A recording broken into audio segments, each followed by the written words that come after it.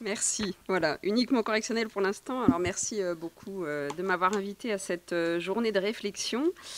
Mon intervention porte donc sur les attentes du juge correctionnel et je vais moi aussi commencer par quelques propos liminaires de réflexion qui rejoindront déjà les premières questions. On a vu à l'instant que la présentation théorique que Mme Pelletier vous a délivrée des peines alternatives et des possibilités d'aménagement de peine sous le prisme de la réforme du 23 mars 2019 illustre les multiples possibilités qui sont offertes et qui vont être offertes encore plus au juge correctionnel qui est celui qui est chargé donc de prononcer la peine et de décider de cette peine. Et je dois dire que malgré le fait que j'ai travaillé déjà beaucoup ce projet de loi, enfin cette loi maintenant, grâce aussi à Citoyens et Justice et pour mon activité professionnelle, j'ai encore appris 2 ou 3 détails tout à fait pertinents et intéressants à l'exposé particulièrement clair que vous avez fait, Mme Pelletier, et qui, je pense, vous montre à tous les intervenants socio-judiciaires la complexité finalement du sujet, puisqu'il va vous revenir à terme d'expliquer finalement quand même aux gens que vous allez rencontrer dans le cadre des enquêtes sociales rapides, d'expliquer en un minimum de temps les possibilités qui vont pouvoir s'offrir à eux dans le cadre de l'éventuel prononcé d'une peine. Et je pense que là, il y a effectivement un travail de pédagogie et pour vous d'appréhension effectivement de ces nouveaux textes qui sera important. J'ai été particulièrement intéressée par l'intervention de Madame la secrétaire générale tout à l'heure parce que je crois que cette réforme du 23 mars 2019, pour moi, elle constitue un vrai tournant pour la justice pénale. J'entends par là un tournant dans la volonté politique et législative de consacrer comme valables et pertinentes d'autres peines que l'emprisonnement. En établissement pénitentiaire, j'entends, et de les consacrer comme valables et pertinentes et d'assumer cette position. Et je dois dire que j'ai été quand même assez heureuse d'entendre Madame Malbec pouvoir dire textuellement que les courtes peines d'emprisonnement étaient inefficaces. Ce n'est pas forcément un propos qu'on entendait dans un discours dans une telle enceinte antérieurement. Tournant aussi, me semble-t-il, dans cette réforme, dans la volonté de développer les suivis en milieu ouvert. Compte tenu de la saturation du milieu fermé, c'est clair, le constat est évident. Monsieur le directeur interrégional de l'administration pénitentiaire ne nous contredira pas. Pour rappel, j'ai noté 2 chiffres. Le taux des peines d'emprisonnement ferme prononcées en France est de 26%. Ça reste effectivement quand même la peine de référence, selon le dernier rapport de l'Observatoire des peines d'emprisonnement ferme. Et ce taux de peine d'emprisonnement ferme, il a augmenté de 3% entre 2016 et 2019. Donc on est depuis des années, et les années récentes encore, dans une progression constante, tendance à laquelle s'ajoute une hausse de 4% du quantum moyen d'emprisonnement ferme prononcé. D'où les milliers d'heures, de jours, d'années d'emprisonnement qu'évoquait M. le procureur général de la Cour d'appel de Colmar. Et effectivement, on est dans une inflation que l'on constate au quotidien dans la surpopulation carcérale et les difficultés de plus en plus grandes que l'administration pénitentiaire peut avoir à faire de la prison et de la peine d'emprisonnement une peine qui soit encore utile et dans un objectif de réinsertion. Et ce, malgré l'engagement des personnels pénitentiaires et des services de probation en particulier puisque je pense qu'effectivement, la surpopulation carcérale, malheureusement, ne permet pas d'agir comme par le passé. Alors, en tant que juge correctionnel, je me suis posé la question, et on me pose souvent la question, de savoir s'il existe une culture de l'emprisonnement. C'est souvent une question qui émerge dans ce genre de débats et de rencontres avec des professionnels du secteur socio-judiciaire. Les juges ont-ils une culture de l'emprisonnement? Alors, je ne sais pas si cette culture de l'emprisonnement existe. En tout cas, je ne la crois pas partagée par tous les magistrats, y compris les magistrats correctionnels. Mais je crois que si elle a sa place dans certains réflexes professionnels et dans cette augmentation quand même objective, il faut reconnaître qu'elle a été grandement encouragée ces 15-20 dernières années par les réformes les modifications législatives, les discours politiques, médiatiques, judiciaires. Et le magistrat, il est aussi un citoyen, il est là pour appliquer la loi, il vit dans la société. La loi est son guide dans la lettre et aussi dans l'esprit. Et je dois dire que si on se retourne sur les 15 dernières années de réforme, elles n'ont été que dans le sens, me semble-t-il, d'une plus grande sévérité. Aujourd'hui, il me semble que cette réforme, je termine sur ce point introductif, est effectivement un véritable encouragement pour nous à réfléchir autrement, à passer plus de temps sur l'examen de la peine, je vous rejoins tout à fait, pour réfléchir à la peine la plus adaptée aux prévenus, aux faits, au contexte, à la victime, à tous les éléments que le juge doit prendre en compte. Et la Cour de cassation, comme le disait Mme Pelletier, nous y encourage vivement, puisque la question de la motivation des peines, qui devient particulièrement centrale, effectivement, pour nous, juges correctionnels, nous pose de nouvelles exigences qui vont nécessiter de réfléchir au temps d'examen des dossiers, effectivement, et au temps que nous consacrons à la question du prononcé de la peine et du choix de la peine. Cet encouragement, me semble-t-il, pour les juges à réfléchir un peu différemment, me paraît patent au travers des efforts annoncés et espérés de cette loi, la création du dossier unique de personnalité qui arrivera, on n'en a pas parlé, mais je pense que c'est très important aussi, la nouvelle échelle des peines qui vous a été exposée, même si effectivement on peut regretter que la peine d'emprisonnement reste la peine première dans cette liste, la création de l'agence du TIGE, tous les textes sur les aménagements de peine, et la timide, trop timide pour moi pour l'instant, extension du caractère obligatoire des enquêtes rapides, des enquêtes sociales rapides. Je pense que le législateur devra aller plus loin. Je voulais citer moi aussi un arrêt de la Cour de cassation de la même date, mais pas le même, le 9 avril 2019. La Cour de cassation a rendu un arrêt tout à fait important pour nous, les magistrats correctionnels, puisqu'elle a indiqué que les juges ne pouvaient pas se contenter de dire qu'ils n'avaient pas les éléments suffisants au moment de l'audience pour aménager une peine. Elle a dit que l'intéressé étant présent, je cite, « il pouvait répondre à toutes les questions permettant à la Cour d'apprécier la faisabilité d'un aménagement de peine ». Ça, c'est un élément important aussi et qui va aller dans cette volonté de réfléchir différemment. C'est-à-dire qu'on ne pourra plus se retrancher derrière le manque de renseignements à l'audience et il devra être nécessaire pour nous de vraiment approfondir la question des aménagements de peine. Pour traduire cette volonté politique que j'espère, effectivement, qui j'espère sera suivie des faits, et traduire cette réforme en actes positifs, le juge correctionnel a donc besoin de renseignements.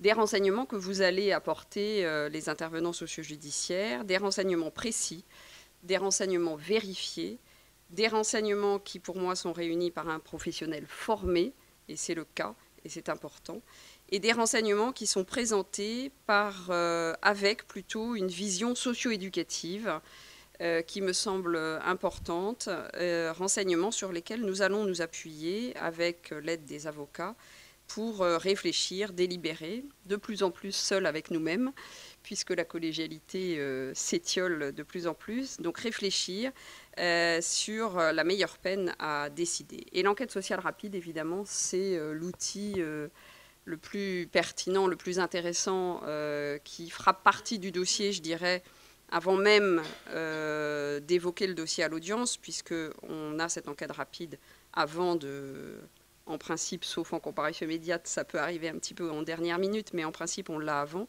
Ça va être un outil tout à fait intéressant pour le juge, pour déjà se faire une petite idée de la personne qu'il va avoir à juger.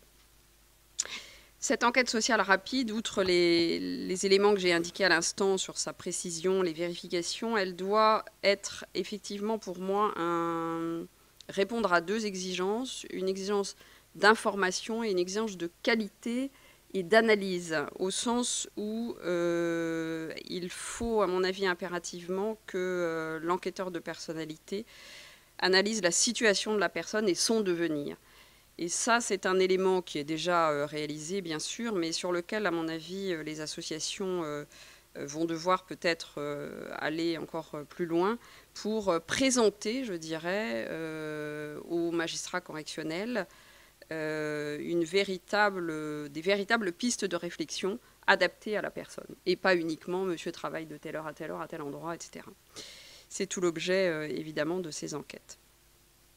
Petite remarque de sémantique qui me paraissait intéressante. On parle encore de permanence d'orientation pénale, même si c'est un petit peu moins utilisé actuellement, mais dans les parquets, en tout cas, c'est encore le cas, et dans les services associatifs.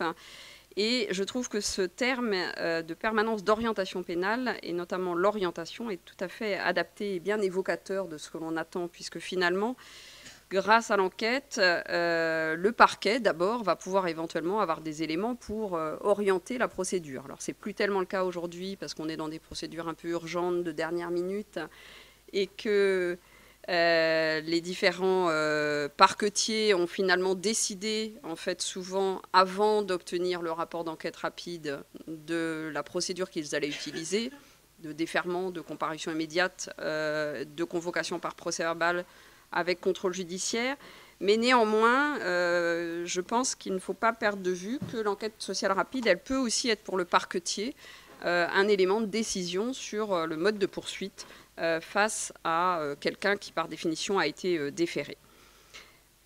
La permanence d'orientation pénale et l'orientation, c'est aussi, évidemment, l'enquête sociale rapide, c'est aussi un élément très important pour le juge des libertés de la détention. J'en dis un mot, ce n'est pas tout à fait mon sujet, mais malgré tout, ça me paraissait important de rappeler que le juge des libertés de la détention qui se voit déférer une personne pour une éventuelle détention provisoire, ou même pour un contrôle judiciaire quand l'enquête a été réalisée, va tout à fait opportunément disposer de ce rapport d'enquête rapide pour pouvoir prendre une décision et éventuellement éviter justement une mesure de détention provisoire jusqu'au lendemain ou surlendemain s'il s'agit d'une comparution préalable, pourquoi pas, ou en matière d'instruction, évidemment. Cette enquête rapide, elle va évidemment servir au juge correctionnel pour être orienté sur la peine, et elle va aussi, je voulais le souligner, servir en cas notamment de renvoi des dossiers quand on est dans une procédure de comparution immédiate. Elle va servir au juge correctionnel à décider, là aussi, d'une détention provisoire, d'un contrôle judiciaire ou éventuellement d'une absence de mesure de sûreté.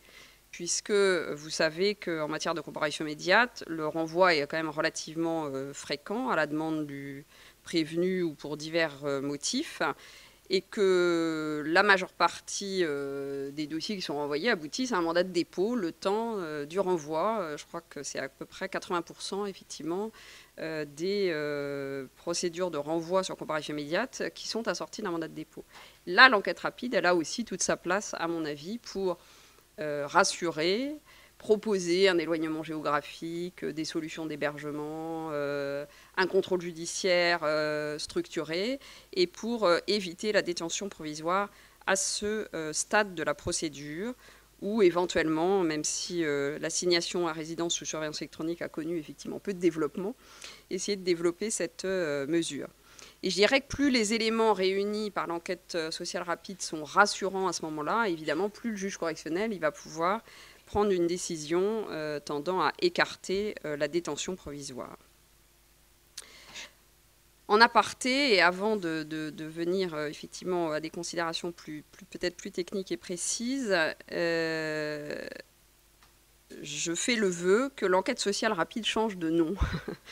Parce qu'effectivement, alors je ne sais pas où en est la DAP sur cette question, mais je trouve que ce terme, personnellement, n'est plus tellement adapté, à vrai dire, à ce que l'on va demander aux associations socio-judiciaires.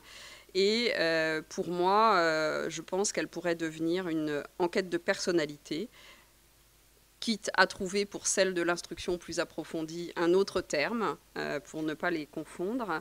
Mais je crois vraiment que si on veut donner à cet élément et à ce nouvel outil renforcé toute sa place, le terme d'enquête de personnalité me paraîtrait beaucoup plus adapté. Donc cette enquête de personnalité, pour poursuivre, elle va servir au juge correctionnel pour le choix de la peine. On a vu tout ce panel des peines possibles, et pour influer éventuellement sur les aménagements de peine ab initio.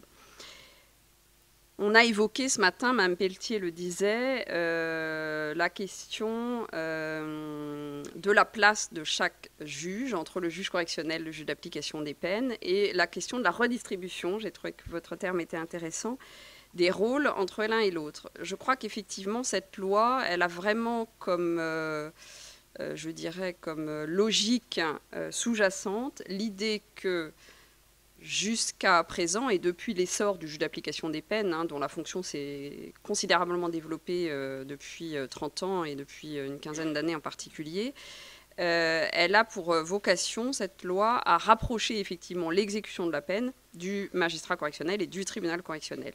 Et c'est vrai qu'aujourd'hui, j'en ai beaucoup discuté avec différents collègues, notamment à Versailles, les magistrats correctionnels, ils ont plus ou moins abandonné finalement l'exécution de la peine au juge d'application des peines parce que ça a été la loi, parce que ça a été l'évolution de ces dernières années et parce que ça les arrangeait bien aussi peut-être parfois, il faut le dire, de dire à l'intéressé, monsieur on vous met 6 mois ferme puis vous verrez avec le JAP pour la suite et on se débarrasse du bébé, je dirais. Et je pense d'ailleurs que ça induit finalement un certain dévoiement du prononcé des peines d'emprisonnement ferme puisque finalement et je suis une juge d'application des peines anciennement et convaincue de l'intérêt de cette fonction, je pense que finalement l'extrême développement des aménagements de peine a facilité pour les juges correctionnels le prononcé de peine d'emprisonnement dont ils se disaient que de toute façon ils ne seraient pas exécutés en prison.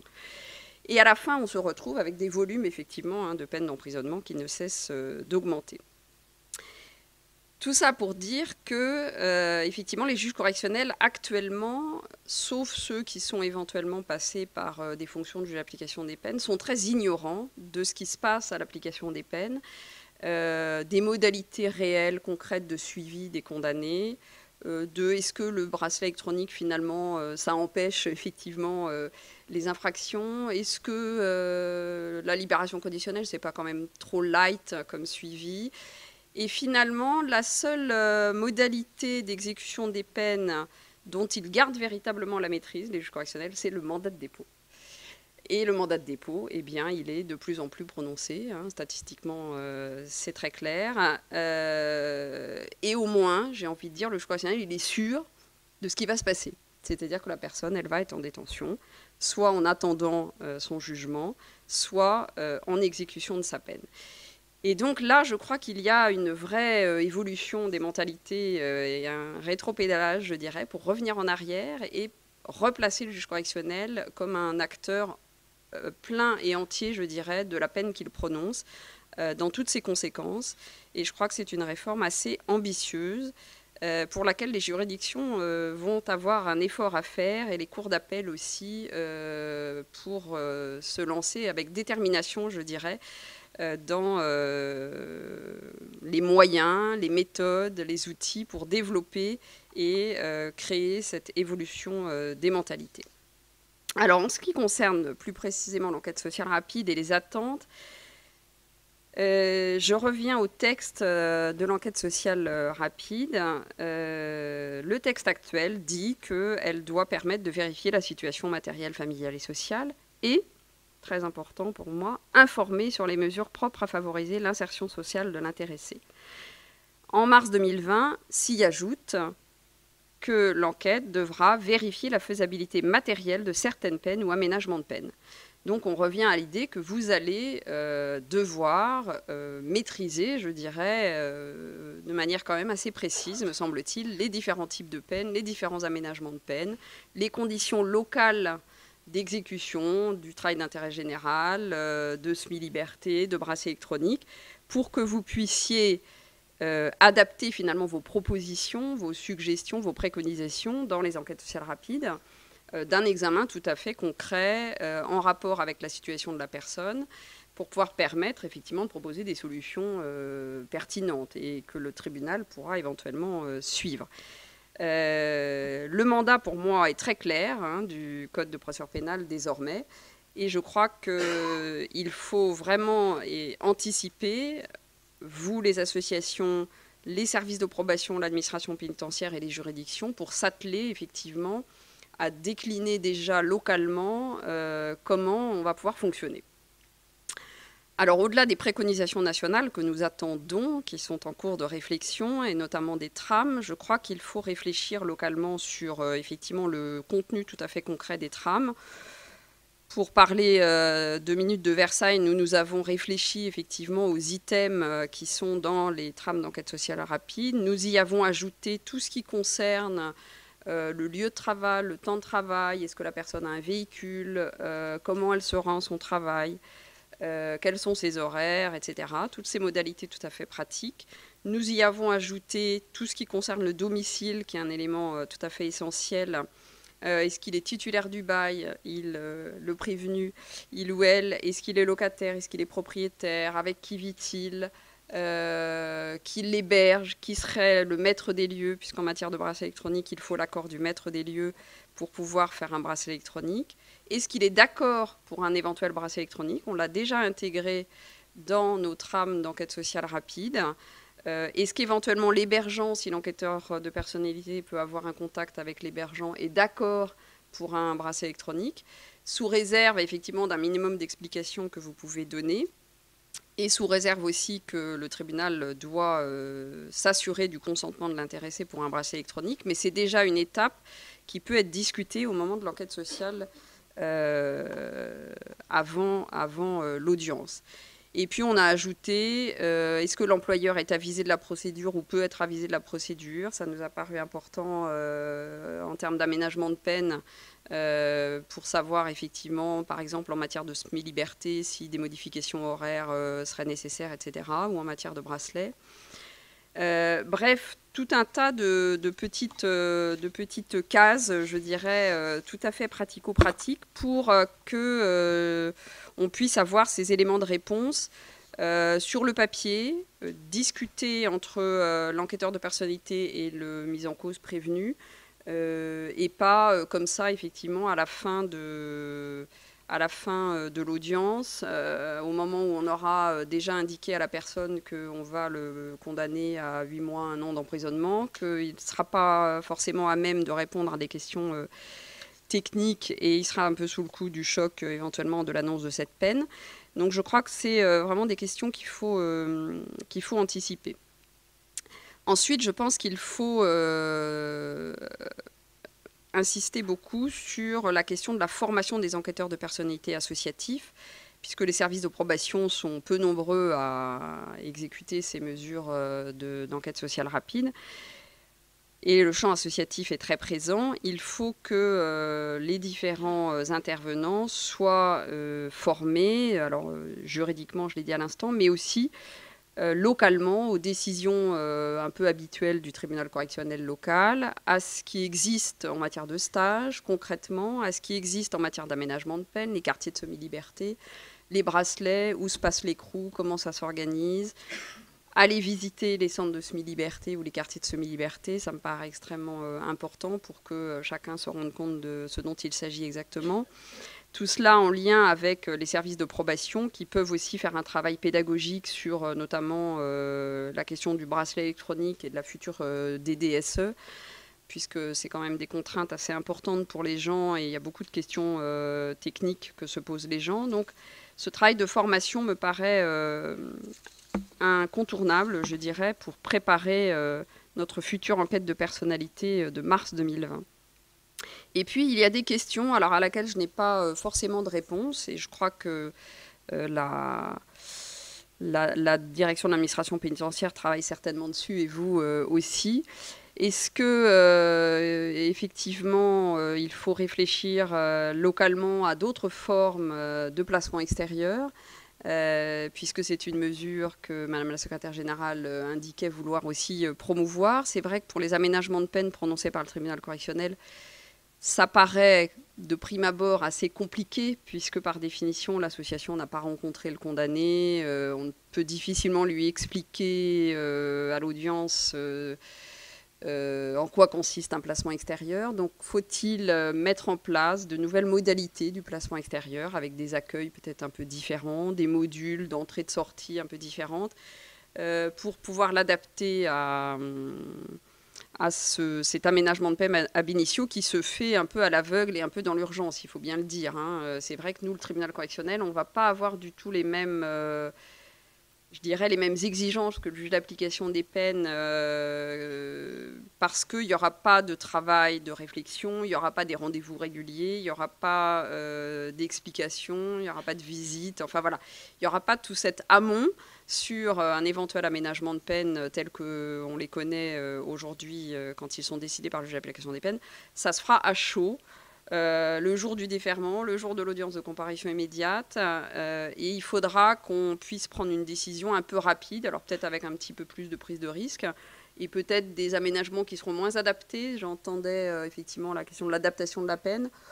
Je crois qu'on fera un peu au mieux, et puis quitte à adapter ensuite, et le juge d'application des peines, je le rappelle évidemment, sur les modalités des aménagements de peine ab initio, reste... même s'il perd évidemment une partie de la décision, reste à la manœuvre pour toutes les modalités, modifier éventuellement tel aménagement de peine ou le substituer par un autre, puisque les aménagements de peine restent fongibles entre eux. Donc, évidemment, les exigences du tribunal correctionnel en matière d'adhésion à la mesure, d'organisation très précise et concrète, elles sont beaucoup moindres que celles du juge d'application des peines. Et puis, je disais tout à l'heure, effectivement, que nous, à Versailles, on avait ajouté la question du consentement du prévenu pour une surveillance électronique. C'est une question qui se pose, hein. Est-ce que l'enquêteur de personnalité est chargé ou doit être chargé, effectivement, du recueil de ce consentement ?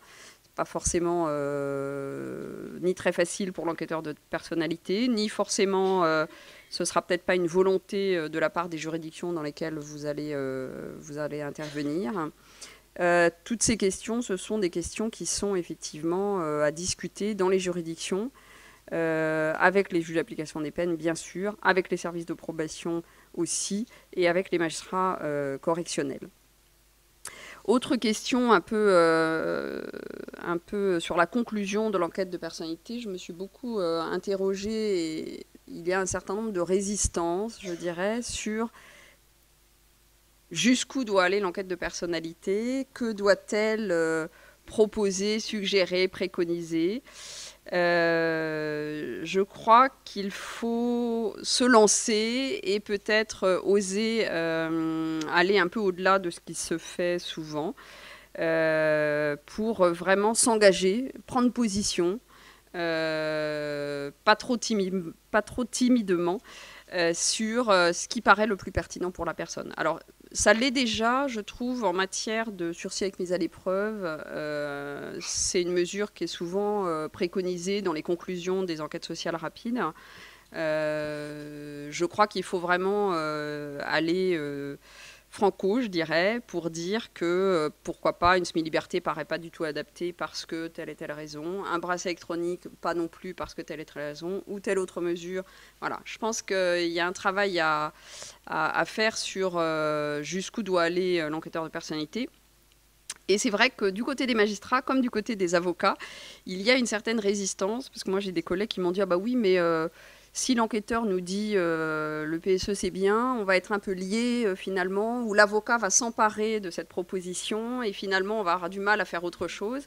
Je crois qu'il ne faut pas raisonner comme ça, et il faut, évidemment les champs ne sont jamais fermés, de toute façon à la fin c'est le juge qui décidera de toute façon de la peine et de l'aménagement de peine éventuel.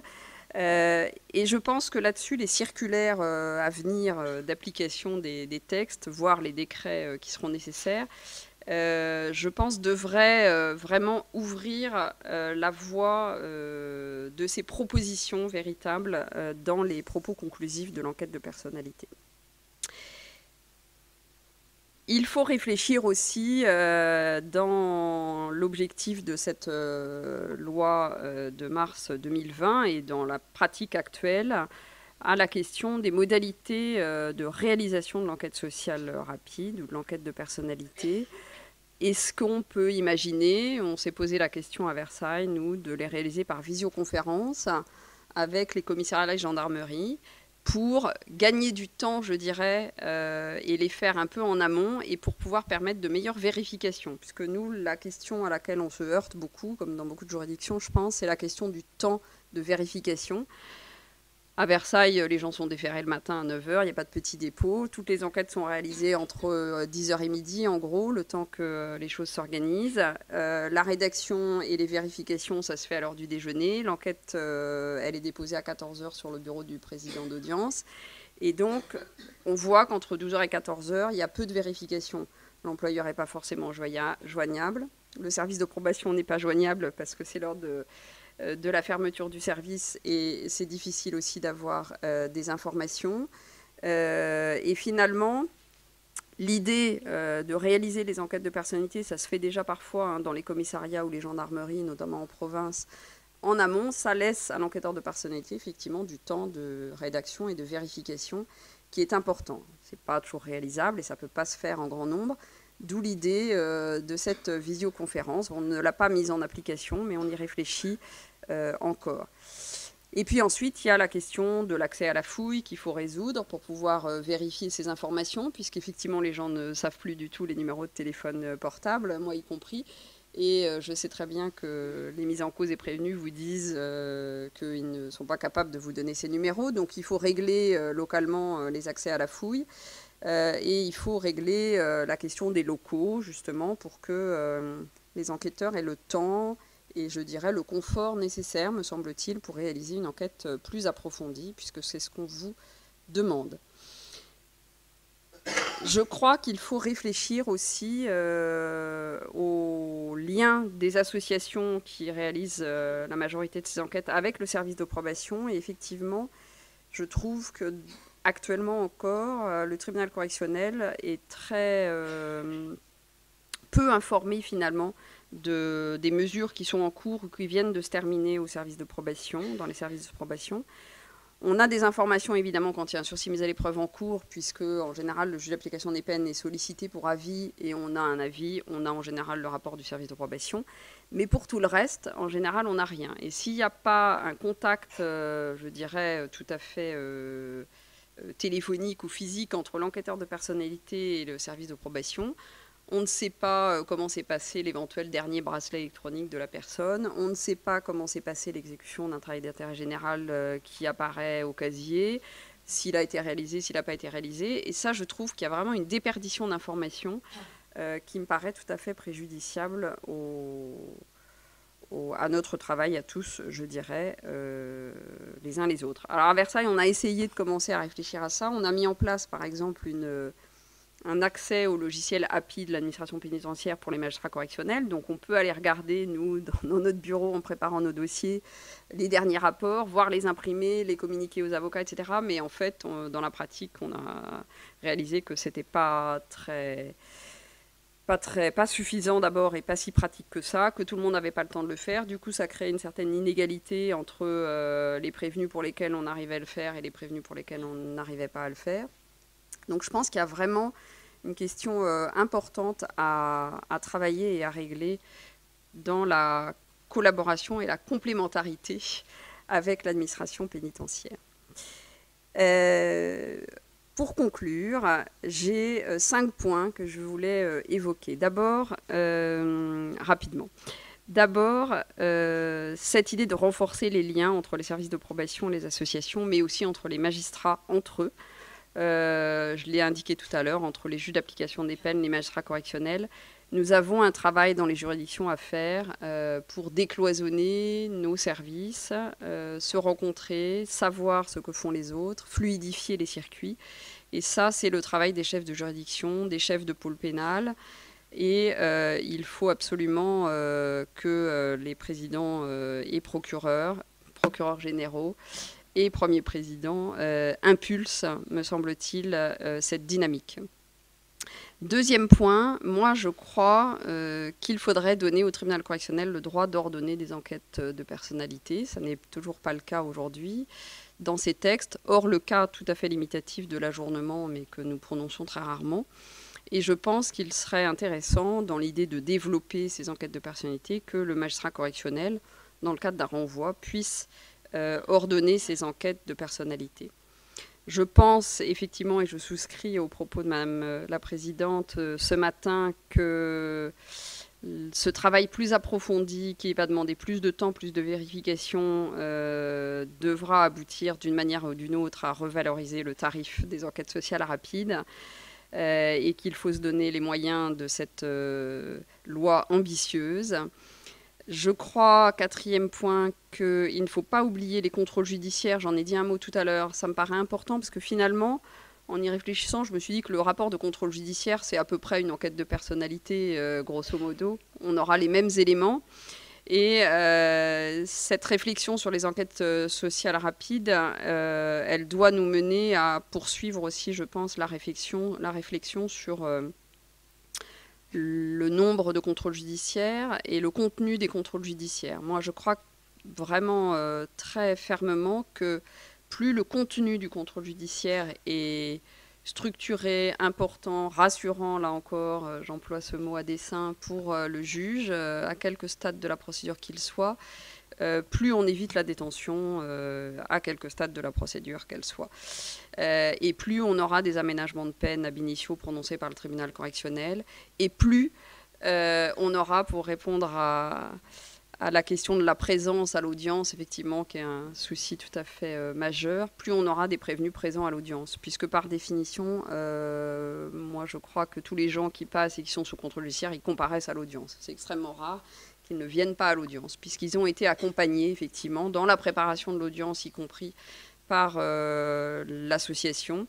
Et je pense que c'est vraiment un gage, justement, d'avoir des renseignements et d'avoir cette présence à l'audience.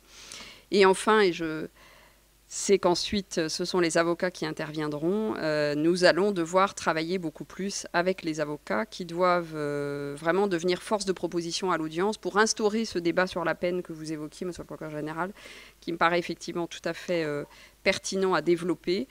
Il y a beaucoup maintenant de dossiers qui passent en dehors des audiences correctionnelles, finalement, puisque la CRPC, toutes les convocations devant les délégués du procureur, etc. Il y a énormément de dossiers qui n'arrivent pas jusqu'à l'audience correctionnelle.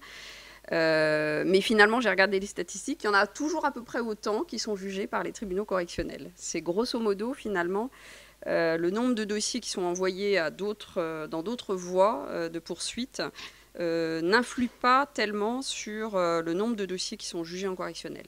Ce qui veut dire qu'on a encore de la matière devant nous et qu'il faut définir effectivement le temps qu'on souhaite consacrer à chaque dossier, et que ce débat sur la peine et ce travail en commun, il ne peut se faire qu'avec les avocats qui interviennent effectivement pour les prévenus. Voilà. Merci.